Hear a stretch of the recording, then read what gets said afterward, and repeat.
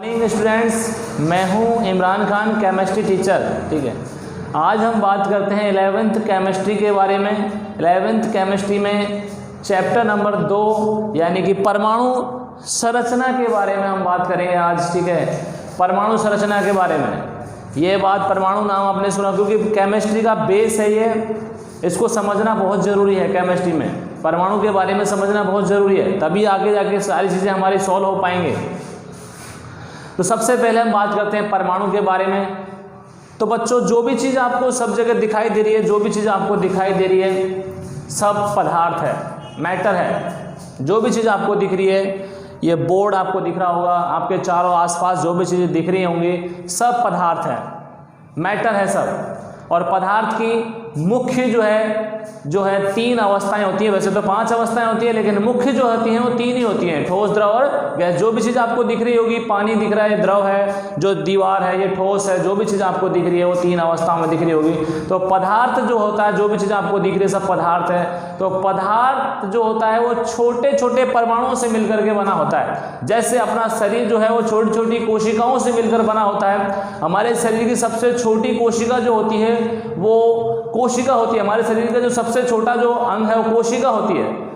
शरीर की सबसे छोटी जो यूनिट होती है वो कोशिका होती है। वैसे पदार्थ की जो है सबसे छोटा जो पार्ट है वो परमाणु होता है। जैसे एक बड़ी बिल्डिंग बनाते हैं तो सबसे पहले एक ईंट लगाते हैं, तो बड़ी बिल्डिंग की जो यूनिट है, इकाई है सबसे छोटी, वो एक ईंट होती है। वैसे ही पदार्थ की जो है सबसे छोटी इकाई जो होती है वो परमाणु होती है। तो परमाणु जो होते हैं, परमाणु के बारे में आप समझ रहे होंगे, पदार्थ का सबसे छोटा पार्ट। ठीक है, तो इसकी डेफिनेशन जो होती है वो कुछ इस तरीके से होती है कि पदार्थ का वह सूक्ष्मतम यानी कि जो है अनविभाजित जो है विभाजित जो पार्ट जो है वो परमाणु कहलाता है। पदार्थ का वह सूक्ष्मतम कण जो किसी रासायनिक अभिक्रिया में भाग लेता हो तथा उसका स्वतंत्र अस्तित्व नहीं हो, यानी कि अपने आप जो है वो स्टेबल नहीं रहता हो। परमाणु अकेले यानी कि अपनी फ्री स्टेट में नहीं रह सकता हो, स्वतंत्र अवस्था में नहीं रह सकता हो, परमाणु कहलाता है। जैसे हाइड्रोजन है, सोडियम है, आप देख रहे हैं, ऑक्सीजन है, ये अकेले परमाणु हैं, स्वतंत्र अवस्था में नहीं रह सकते हैं। परमाणु कभी भी स्थायी नहीं होता है, फ्री स्टेट में स्टेबल नहीं होता है परमाणु। ठीक है, लेकिन केमिकल जो रिएक्शंस होती हैं उनमें पार्टिसिपेट जरूर होता है। यहाँ अणु के बारे में भी थोड़ा देख लेते हैं, क्योंकि परमाणु मिलकर के क्या बनाते हैं, अणु बनाते हैं। ठीक है, तो पदार्थ का वह छोटे से छोटा भाग जो किसी रासायनिक अभिक्रिया में भाग नहीं लेता हो, लेकिन स्वतंत्र अवस्था में यानी कि फ्री स्टेट में पॉसिबल होता है, स्टेबल रहता हो, वो कहलाता है अणु यानी मॉलिक्यूल कहलाता है। जैसे O2 N2, ये फ्री स्टेट में रह सकता है, स्टेबल रह सकता है ये। ठीक है, इसके बारे में हम बात करें परमाणु संरचना के बारे में। तो परमाणु संरचना के बारे में अलग अलग वैज्ञानिकों ने अलग अलग थ्योरी दी हैं, उनके बारे में हम पढ़ेंगे अभी इसके बाद में। सबसे पहले जो है वो बात करेंगे हम डाल्टन के बारे में। डाल्टन का जो है परमाणु सिद्धांत सबसे पहले दिया था, लेकिन ये मान्य नहीं हुआ है। ठीक है, तो अभी हमने देखा था कि परमाणु के बारे में पढ़ा, फिर अणु के बारे में पढ़ा हमने। इसके बाद अलग अलग वैज्ञानिकों ने अपने अनुभव के आधार पर इसके अलग अलग सिद्धांत बताए हैं परमाणु के। तो सबसे पहला सिद्धांत हम पढ़ेंगे डाल्टन का परमाणु सिद्धांत। यानी सबसे पहले डाल्टन नामक वैज्ञानिक ने परमाणु के बारे में बताया था, लेकिन ये जो डाल्टन जो साइंटिस्ट था, ये इसको प्रायोगिक रूप से यानी प्रैक्टिकल रूप से इसको प्रूव नहीं कर पाया था, इसलिए फेल हो गया था। इसने कुछ बातें बताई थी, जैसे कि डाल्टन के अनुसार सभी पदार्थ जो है वो सूक्ष्मतम कणों से मिलकर बने होते हैं, जिन्हें क्या कहते हैं, परमाणु कहते हैं। बहुत छोटे छोटे पार्टिकल से मिलकर बने होते हैं, जिन्हें क्या कहते हैं, हम परमाणु कहते हैं। ठीक है, सभी जो पदार्थ हैं और एक निश्चित तत्व के जो परमाणु होते हैं वो समान होते हैं। जैसे सोडियम के जो परमाणु होते हैं वो सभी समान होंगे, लेकिन दूसरे तत्व के परमाणु से क्या होंगे, वो अलग होंगे। ठीक है, परमाणु को न तो उत्पन्न किया जा सकता है, ना ही नष्ट किया जाता है। ना तो इसको उत्पन्न कर सकते हैं, ना तो इसको जनरेट कर सकते हैं, ना ही इसको डिस्ट्रॉय कर सकते हैं। ठीक है, तत्व का एक विशिष्ट स्पेसिफिक जो है इसका द्रव्यमान होता है, मास होता है इसका। ठीक है, तत्व का एक निश्चित जो है वो द्रव्यमान होता है।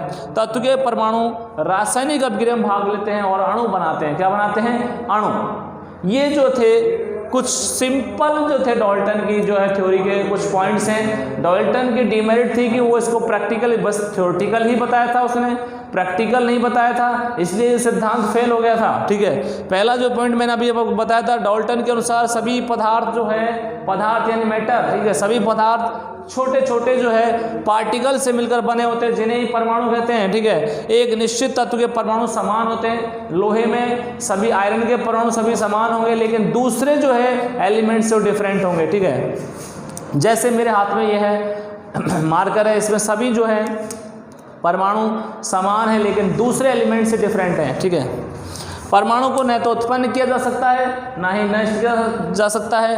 तत्व का एक विशिष्ट स्पेसिफिक मास होता है हर एलिमेंट्स का। ठीक है, तत्व के परमाणु रासायनिक अभिक्रिया में भाग लेकर अणु बनाते हैं। इसके बाद जो था वो जो परमाणु जो सिद्धांत है थॉमसन का आता है। दूसरा जो साइंटिस्ट था थॉमसन ने बताया था। थॉमसन का जो परमाणु का जो सिद्धांत है वो परिकल्पना केवल इमेज पर आधारित है, परिकल्पनाओं पर आधारित है। उसने परमाणु को जो है थॉमसन का जो परमाणु सिद्धांत है वो इस तरीके से है।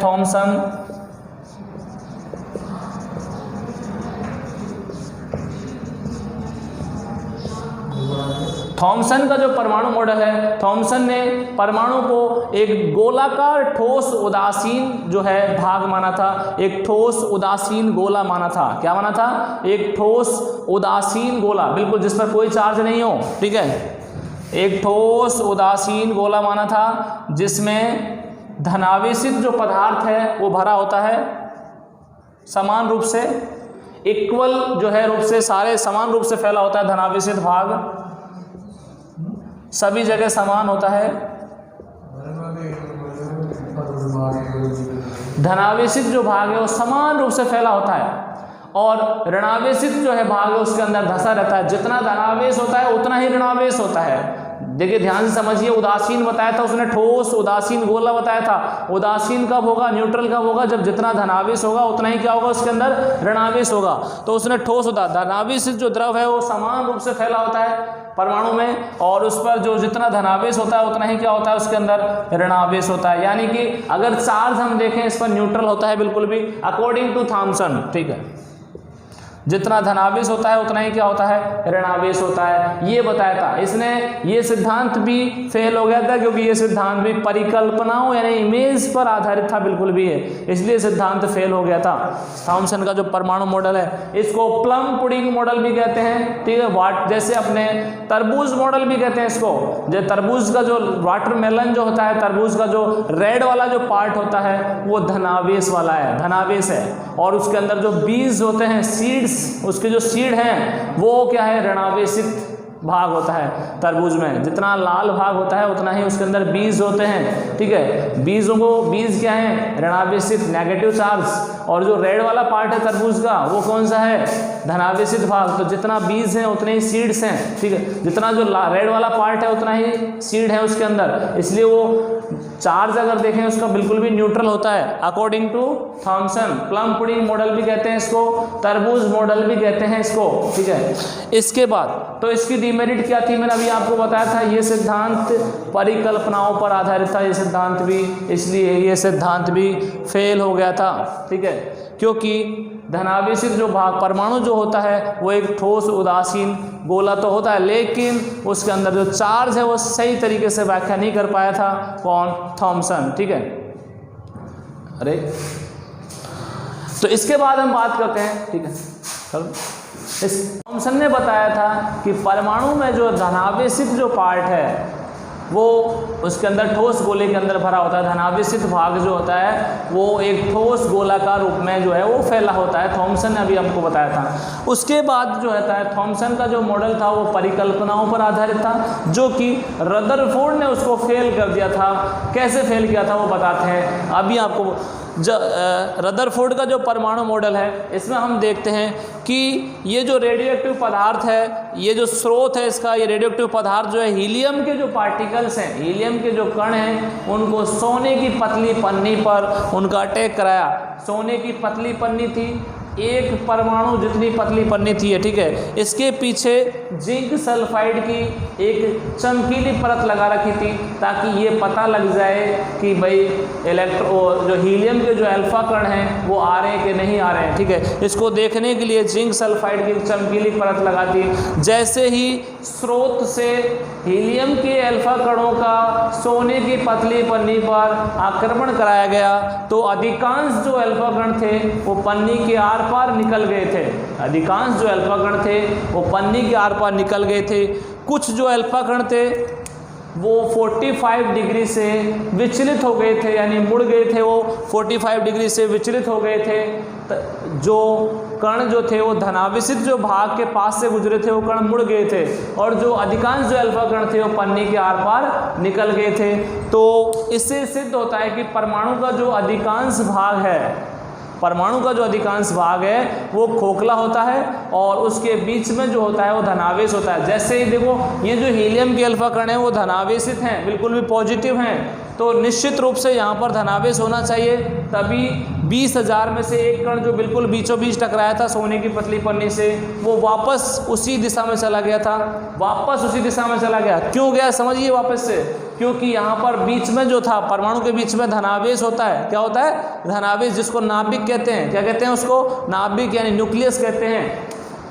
बीच में धनावेश, धनावेश धनावेश से टकराएगा, धनावेश धनावेश से अगर टकराएगा तो आप ये बात हम जानते हैं कि धनावेश धनावेश में क्या होता है? विचलन होता है, यानी कि वो वापस चल जाते हैं, यानी कि उनमें रिपल्सन होता है। क्या होता है? रिपल्सन होता है। पॉजिटिव पॉजिटिव चार्ज में, नेगेटिव नेगेटिव चार्ज में रिपल्सन होता है, और डिफरेंट जो चार्ज होते हैं उनमें अट्रैक्शन होता है, ठीक है। तो यहाँ पर धनावेश था, तो धनावेश से टकराएगा तो वापस मुड़ जाएगा, ठीक है। तो परमाणु के बीच में क्या होता है? धनावेश होता है। क्या होता है? धनावेश, ठीक है। धनावेश पॉजिटिव चार्ज से टकराने के बाद वापस मुड़ जाएगा। तो इसलिए परमाणु के बीच में क्या होता है? धनावेश होता है। सभी जगह समान रूप से फैला नहीं होता है। देखिए थॉमसन के परमाणु मॉडल में वापस से समझिए, थॉमसन का जो परमाणु मॉडल था उसमें धनावेश जो है सभी जगह फैला हुआ था, ये बताया था। जबकि रदरफोर्ड का परमाणु मॉडल जो प्रैक्टिकल किया गया था, जो धनावेशित जो पार्ट है वो बीच में है केवल। थॉमसन में सभी जगह था, लेकिन रदरफोर्ड ने प्रैक्टिकल करके बताया कि भाई ऐसा नहीं होता है बिल्कुल भी। धनावेशित जो भाग है वो सभी जगह फैला हुआ नहीं होता है, केवल बीच में होता है। क्योंकि धनावेशित जो हीलियम के जो अल्फा पार्टिकल्स थे वो आर पार निकल गए, बिल्कुल भी केवल बीच में से ही वापस आया। तो इसका मतलब क्या है? धनावेश जहाँ धनावेश होगा वो वापस आ जाएगा। तो बीच में से धनावेश जो था पार्ट, जो धनावेशित जो भाग था वो केवल बीच में ही है। बीच में से ही 20,000 में से एक कण वापस लौट करके आया, बीच में से, और कहीं से नहीं लौटा। इसका मतलब धनावेश बिल्कुल बीच में है। थॉमसन का जो परमाणु मॉडल था वो बिल्कुल गलत था। वो किसने बताया था? रदरफोर्ड ने। किसने? रदरफोर्ड ने अपना मॉडल प्रस्तुत करके बताया था कि परमाणु जो होता है उसके बीच में जो होता है धनावेश होता है, बाकी सभी जगह वो खोखला होता है, खाली होता है बिल्कुल भी, ठीक है। ये बताया था किसने? रदरफोर्ड ने और भी बहुत सारी बातें बताई। रदरफोर्ड सबसे इंटेलिजेंट जो साइंटिस्ट था, एटॉमिक जो स्ट्रक्चर के, परमाणु संरचना के जितने सिद्धांत हैं सब में नॉलेज इसी को थी। हालांकि एक बात से फेल हो जाता है बाद में, वो देखेंगे बाद में। पहले इसके कुछ पॉइंट्स हैं वो पढ़ते हैं, देखते हैं, सुनते हैं, ठीक है। सबसे पहला पॉइंट तो ये, अधिकांश भाग इसका खोखला होता है। बीच में जो है पॉजिटिव चार्ज होता है, जिसको उसने न्यूक्लियस नाम दिया था, नाभिक जो है नाम दिया था। तो ये हम देख रहे हैं कि नाभिक की जो खोज करी थी वो किसने करी थी? रदरफोर्ड ने। किसने? रदरफोर्ड ने करी थी। तो और दूसरी बात उसने ये बताई कि परमाणु का जो संपूर्ण द्रव्यमान है, परमाणु का जो संपूर्ण द्रव्यमान है वो किसमें केंद्रित होता है? नाभिक में। यानी द्रव्यमान का मतलब जानते हैं मास, ठीक है। सारा जो द्रव्यमान होता है, परमाणु का जो पूरा जो वेट होता है वो बिल्कुल बीच में होता है, यानी कि नाभिक में होता है। तो यहाँ आप देखेंगे परमाणु द्रव्यमान,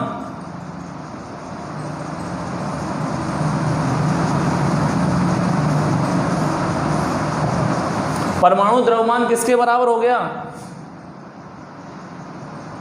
नाभिक के, इसके बराबर हो गया। परमाणु का जो संपूर्ण द्रव्यमान है वो किस में होता है? नाभिक में होता है। यहाँ से बहुत ही इंपॉर्टेंट चीज़ निकल करके आएगी, आप ध्यान से सुनिए। परमाणु का संपूर्ण द्रव्यमान किस में होता है? नाभिक में होता है। नाभिक में दो चीज़ें होती हैं, प्रोटॉन और न्यूट्रॉन। प्रोटॉन और न्यूट्रॉन, नाभिक में दो चीज़ें होती हैं। कोई भी परमाणु जो होता है उसको x से दर्शाया जाता है। किससे? x से। Z होता है उसका परमाणु क्रमांक और A होता है उसका परमाणु द्रव्यमान। ध्यान से सुनिए, A होता है उसका परमाणु द्रव्यमान, Z होता है उसका परमाणु क्रमांक। तो यहाँ से तीन चीज़ें निकल करके आएंगी, ध्यान से सुनना। परमाणु का संपूर्ण द्रव्यमान नाभिक में होता है। तो परमाणु द्रव्यमान A बराबर क्या हो जाएगा? मैं यहाँ लिख देता हूँ, A बराबर हो जाएगा P + N। देखिए फिर से सुनिए, परमाणु का संपूर्ण द्रव्यमान किसमें? नाभिक में। नाभिक किसके बराबर होता है? प्रोटॉन और न्यूट्रॉन के। A क्या होता है? परमाणु द्रव्यमान, एटॉमिक मास। तो A बराबर क्या हो जाएगा? P + N। P means proton, N means neutron. परमाणु द्रव्यमान A बराबर क्या हो जाएगा? नाभिक। नाभिक में क्या होते हैं? प्रोटॉन और न्यूट्रॉन। तो A बराबर हो जाएगा P + N। तो P बराबर निकाल सकते हैं हम A - N, और यहाँ न्यूट्रॉनों की संख्या भी निकाल सकते हैं A - P। क्या निकाल सकते हैं? यहाँ से तीन सूत्र निकल के आएंगे। रदरफोर्ड की एक बात से तीन सूत्र निकल करके आएंगे यहाँ से। रदरफोर्ड ने कहा था कि परमाणु का संपूर्ण द्रव्यमान नाभिक में होता है। तो द्रव्यमान A से दर्शाया जाता है द्रव्यमान को। A बराबर क्या हो गया? P + N, यानी कि नाभिक का द्रव्यमान। ठीक है, A बराबर हो गया P + N। P बराबर क्या करेंगे? A - N। ठीक है, A द्रव्यमान से अगर न्यूट्रॉनों की संख्या घटा देंगे तो अपन को प्रोटॉनों की संख्या निकाली जा सकती है यहाँ से। N बराबर क्या हो जाएगा? A - P, यानी द्रव्यमान संख्या में से प्रोटॉनों की संख्या निकाल देंगे तो न्यूट्रॉनों की संख्या ज्ञात कर सकते हैं, यानी कि परमाणु का संपूर्ण संगठन ज्ञात किया जा सकता है रदरफोर्ड के सिद्धांत से। बहुत ही इंपॉर्टेंट सिद्धांत है ये। ठीक है।